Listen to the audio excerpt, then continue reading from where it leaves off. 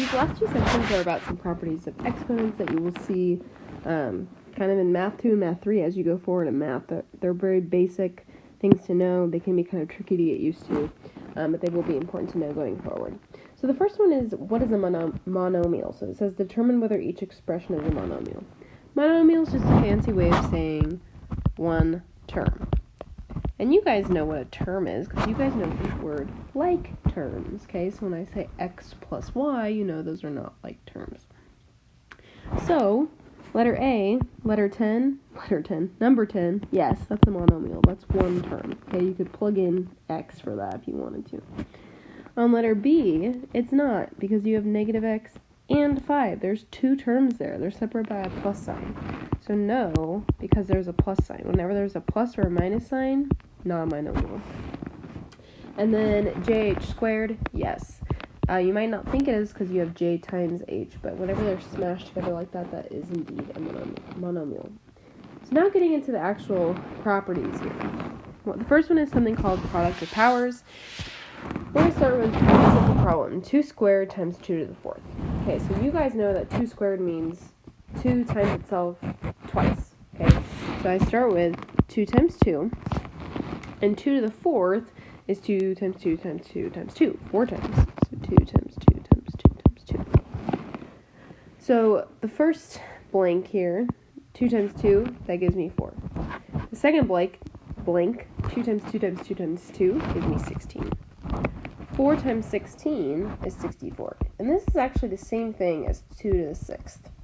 Okay, try it on your calculator. If you type this into your calculator, you will type it in like this, 2 caret 6. There's a little caret button on your calculator that you will use. So if you type in 2 to the 6th, like I just did, you should get 64. So how do you get from 2 squared times 2 to the 4th to 2 to the 6th? Well, you add your exponents. So for example, if I had x squared times x to the 4th, that equals x to the 6th. This one's the trickiest because people tend to multiply them. They would say x squared times x to the 4th is x to the 8th. It's not true. You can always double check because that will not work. Okay? You add your exponents. So let's do a couple examples on example 2. So on letter A here, you have 3y to the 4th times 7y to the 5th.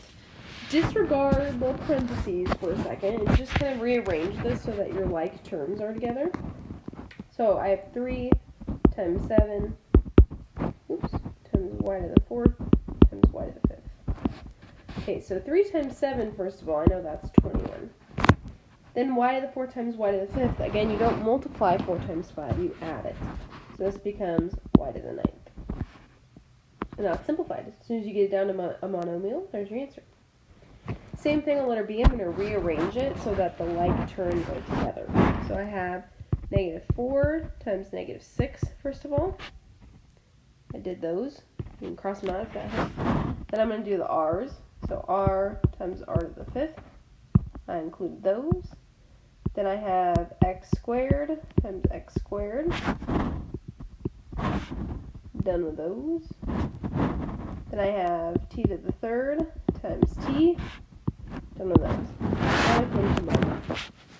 So first of all, negative 4 times negative 6, that gives you 24.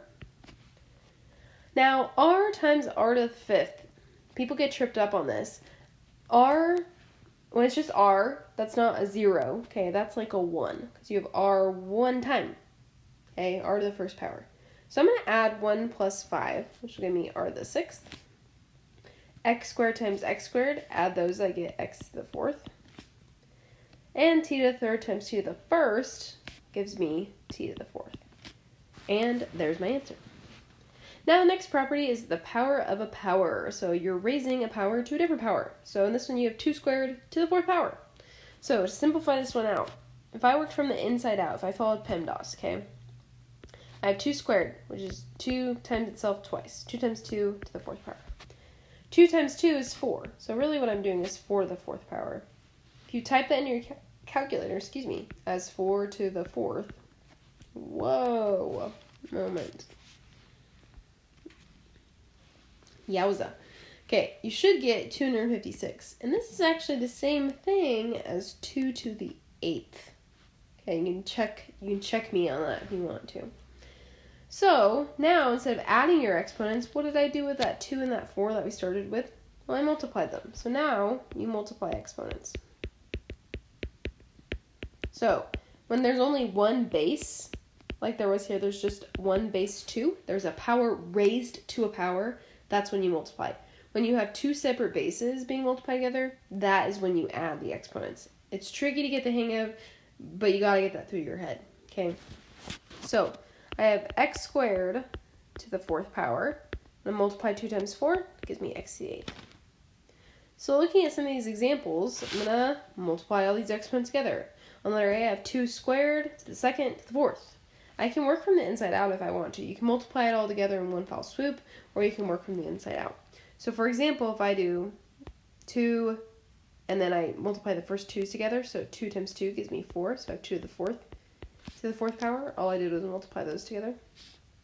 Then I do 4 times 4, which gives me 2 to the 16th. That's your simplified form. You can also just multiply them all together in one step. So if I did on letter B here, so I have x to the 3rd to the 2nd to the 3rd. If I multiply all those together, 3 times 2 is 6. 6 times 3 is 18. Or you can just type in your calculator. It's up to you. So I have x to the 18th. All right, then the last property here is the power of a product. Okay, so you have xy squared to the 4th power. So you have something in your parentheses that's being multiplied together. You have x times y, and then you have a power outside of those parentheses.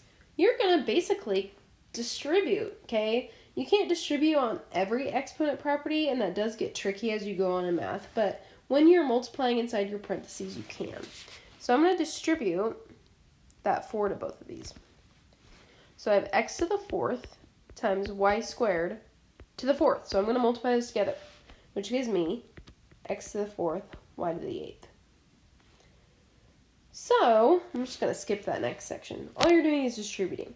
So on example 4, we're going to do the power of a product rule. So I'm going to distribute that to the 5th, that's on the outside of my parentheses, to each part on the inside, to the -2, to the x, to the y.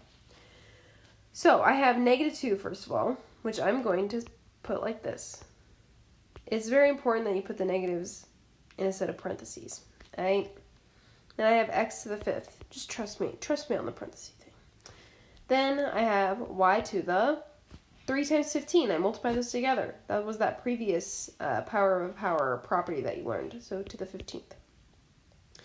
-2 to the 5th.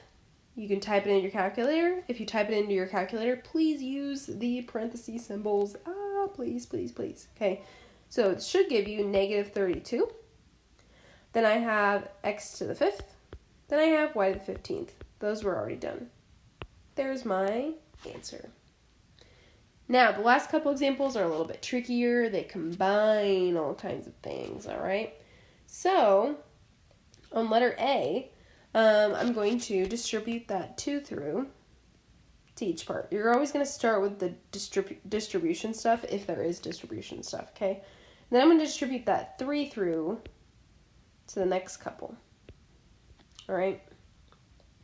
Okay, so in that first set of parentheses, and there isn't one in the last parenthesis, that's why I'm not doing anything there.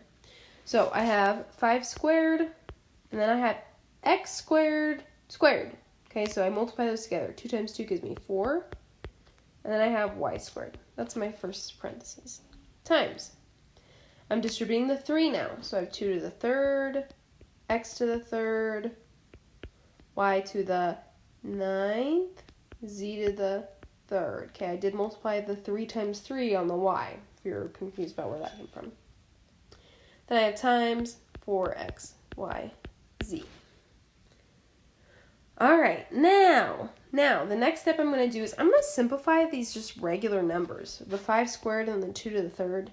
Simplify them down a little bit so I have regular numbers, okay? So 5 squared gives me 25. 5 times 5. Type it in your calculator if you want to.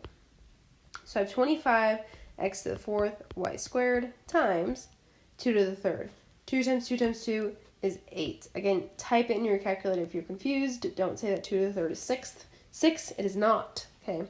So 8 x to the 3rd, y to the 9th, z to the 3rd. then I still have 4xyz. Now I'm going to switch this around kind of like we did at the very beginning. We're coming full circle now.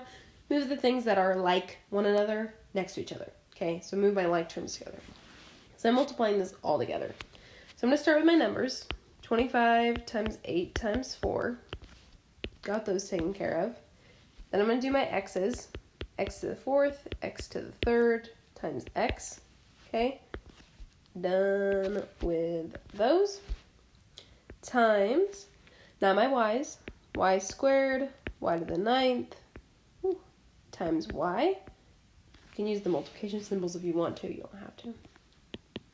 And then, I don't have a z in that first chunk, but that's okay. I still have a couple z's at the end. So times z to the 3rd times z. So I'm going to multiply this all together. 25 times 8 times 4. Type it into your calculator. You should get 800. Then I have x to the 4th times x to the 3rd times x to the 1st. It might help you to add that 1 in there. Remember, you don't multiply those together, you add them. So 4 plus 3 plus 1 gives me 8. Then I have y squared times y to the 9th times y to the 1st. So I'm going to go ahead and add those together. 2 plus 9 plus 1 gives me 12. And then lastly, I have z to the 3rd times z to the 1st. Okay, add those together, and I should get z to the 4th. All right, and that is my final answer. I'm just going to stop there. I'm not going to do that extra problem. But if you guys have questions on this, I know